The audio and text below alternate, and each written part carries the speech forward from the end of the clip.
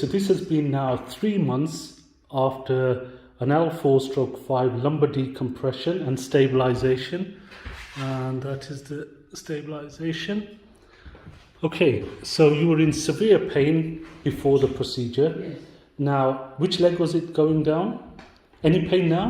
No, just I get a little pressure Little bit there. sometimes here. I don't know if it is my mattress or Okay, I'm not a but nothing, patient to no sit pain in down. the leg? No. Okay, so can I see you, first of all, bend forward? Wow. Okay, and then straighten up and lean backwards a little bit. Good. Okay. Any numbness in the legs? Just Little bit no, there.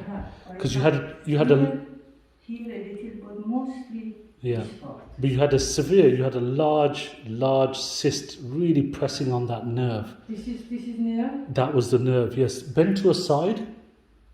And the other side. Good. And let me see you walking now. That's great. I Yeah. feel I am taking time to put this one down. Yes. So you need now time for physiotherapy, strengthen, exercise, but this is very good for